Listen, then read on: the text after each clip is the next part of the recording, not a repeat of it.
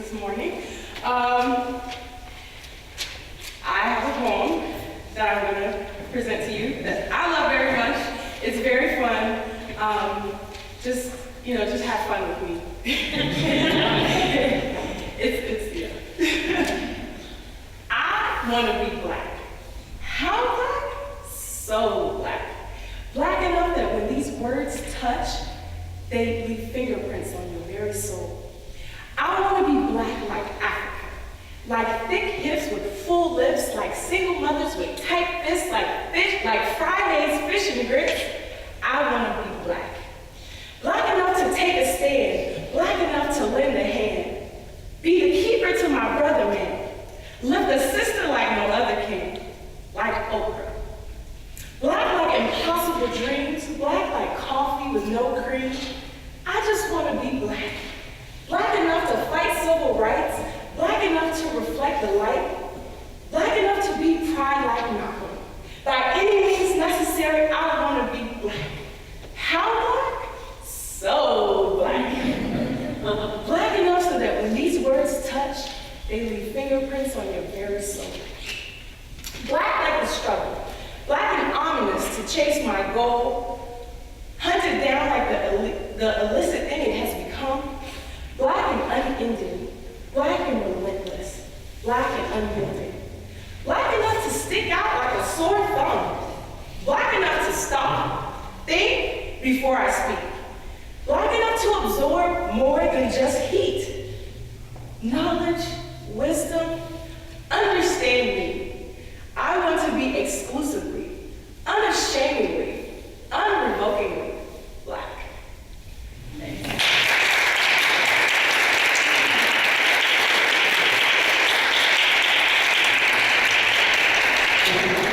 Thank you so much, Yasmin. That was a wonderful beginning to this morning's Numen Lumen Thursday inspiration. It's good to see, as you said, good to see all your smiling faces this morning as we gather together on this Thursday inspiration. In addition to hearing wonderful poetry this morning, we have the pleasure of having a small band end our time together, and in between we get to hear a wonderful story from Fazly. Toorialey Fazly, I think Fazly checked his first name with me this morning, is our speaker this morning, and he is sharing his personal story on his search for multi-faith understanding. And the title of his talk is "You Befriend Me, I Remain Friend Forever." I'm really glad you're here. I'm excited to hear what you have to share. So it's all yours.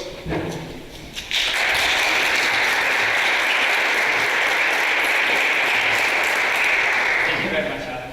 Thank you for inviting me over. Thank you all for being here. And it's an honor to be, first of all, at Elon. And it's a pleasure and honor to talk to all of you.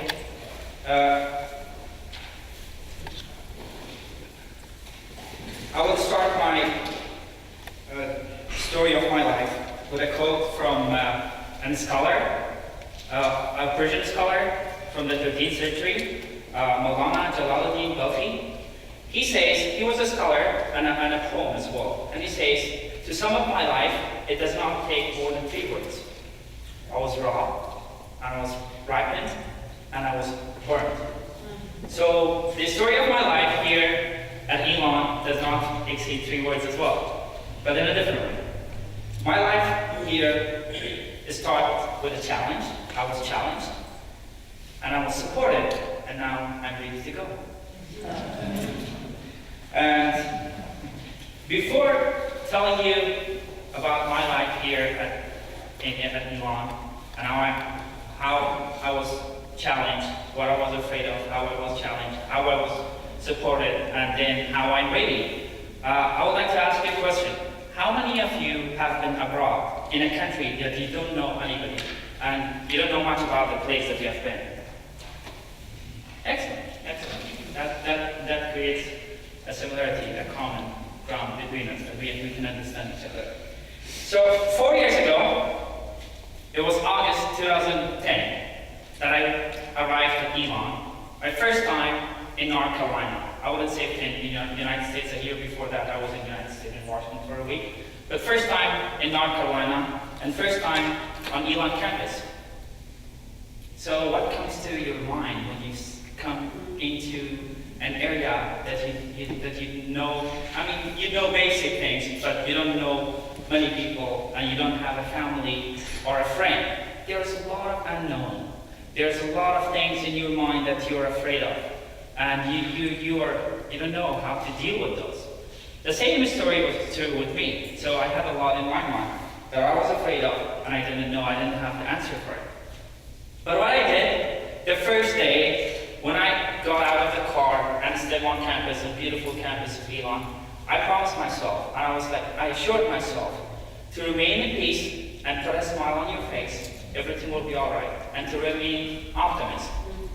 However, it didn't take long, longer than 2 weeks, that my faith, my sense of optimism was challenged. Most of you know what happened, but for some of you who don't know, I was hit by a car. I was victim of hit and run. In the early morning, I'm laying down on the ground, on the street, abandoned, nobody's there, and I'm thinking to myself, I know already, I have a broken neck, I have a broken leg, and I'm thinking to myself, God, what happened to me? I have no family over here. I have no friend over here. Who's gonna help me? What should I do? Who's gonna inform my family? It's difficult for my family to be here. So there were simple questions in my mind. But it didn't take longer than 5 minutes that a beautiful face showed up. A wonderful face showed up. And I'm very grateful that she made it today. And she also has a surgery this afternoon, but still she made it today. Susan Kaufman, thank you so much. She showed up that day, and the first thing that came out of her mouth was like, Fazly, you don't have to worry about anything. We are here to support you. All fears were gone. From that time on, I was like, you don't have to worry about anything. You have friends over here, you have family, and you have people who would support you. So, you did not let me fail. You did not let the sense of optimism that I had with me to fail. And you did not let the circumstances to challenge me to lose faith and not to be hopeful. But instead what you did, you helped me survive. And I'm thankful for it. And you showered me with love and care all time long. You respected me for who I am and for what I believe in. And you interacted with me, you communicated with me, you opened your houses to me, you invited me over, and you opened your mind to me and your hearts to me, and we shared stories. And I treasure every minute of it that we spent together. You teach me how to love life, and you teach me how to care and love passionately and care genuinely. And when I say you, I want you to know, I mean Elon faculty and staff. I want you to know, I mean Elon students. And I want you to know the families, the Elon community in general, the families who are supporting our efforts at Elon and who are living around Burlington and the Elon community. Thank you all. And I really appreciate for everything that you have done for me. Now, as I said, I was afraid, then challenged, then supported. It puts me in a position. Why? Now, why? The things that I was afraid of, I'm not afraid anymore. And now, why people would help me? The first day that I came here, the first thing that came to my mind that I had in common with you all was the language. I could speak English. Rather than that, I couldn't come up with another commonality or similarity between us. But now, all of a sudden, everybody's my friend. I feel like I'm a member of your family. Why? It creates a big question in my mind.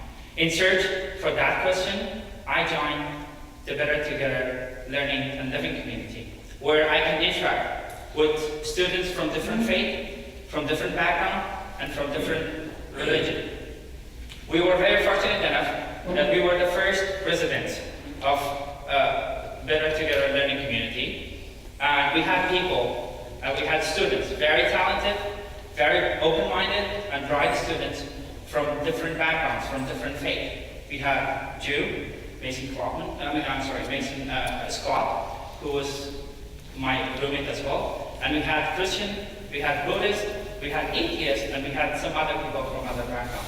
So what we did during those, during 2 semesters that we lived together, we talked to each other. We communicated with each other. We loved each other. We talked to each other, and we shared, and we learned from each other. And then, at the end of that, I learned a lot of stories, lessons from Better Together.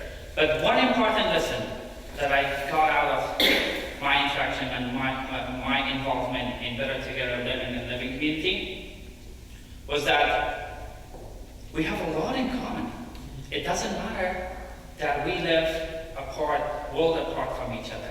We practice different faiths, and we speak different languages, and we live different lifestyles. But still, there are hundreds of things that we have common, and it's common among us.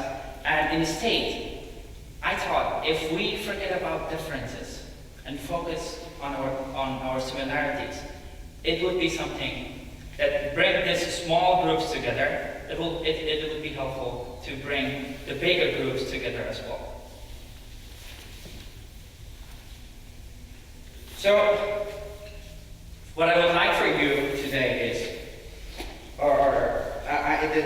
I told you the story of my life that sums up 3 words. I was challenged, I was supported, and I'm ready to go. I'm ready. I'm ready for any challenges to go and to tackle and then to embrace.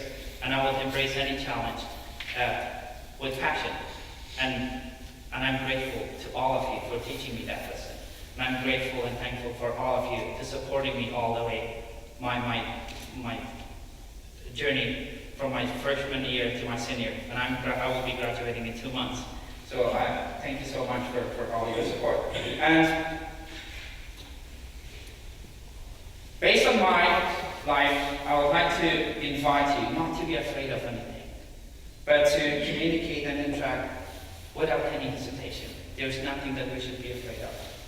And please don't wait to make millions or billions to help somebody.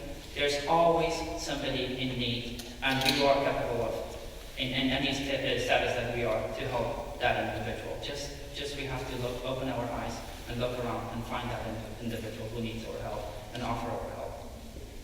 And the smallest help that you can offer is the smile, the beautiful smile that you put on your face.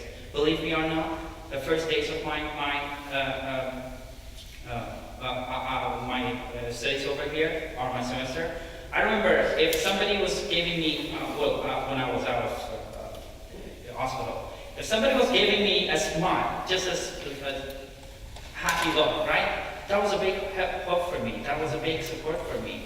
So even if you're not materially or financially able to help somebody, just a smile can help people, and let us help me.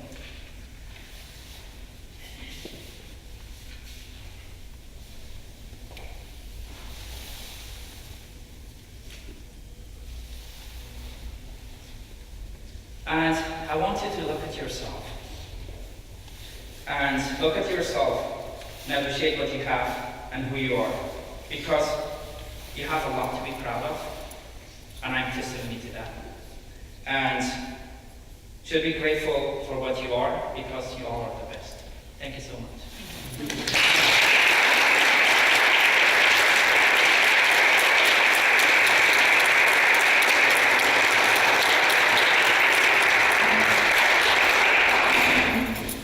Thank you, Fazly, for sharing a part of who you are and a part of your story with us all this morning. We appreciate it. After we conclude with a musical piece here, there's coffee and fruit and donuts out in the front foyer. And I want to make you aware of just a couple of things coming up here with us tomorrow in the McBride Gathering Space, which is between the movable wall in here. We will have an American Islamic Heritage Museum traveling exhibit on campus from 9 to 4:30, except it'll be closed while Roman Catholic Mass is happening in here. On Monday night, we continue a whirlwind tour of world religions with lecturer L.D. Russell. This coming Monday from 4 to 5, he'll be speaking with us and having conversations with us about Buddhism. And then on Tuesday night, we will be having a Mardi Gras celebration with Elon Jazz Ensemble and great food, New Orleans style food. And you're all welcome to join us for all these things and so much more. Once again, thank you for your poetry, for your wonderful words, and thank you in advance for your wonderful music. It's good to have you all here today.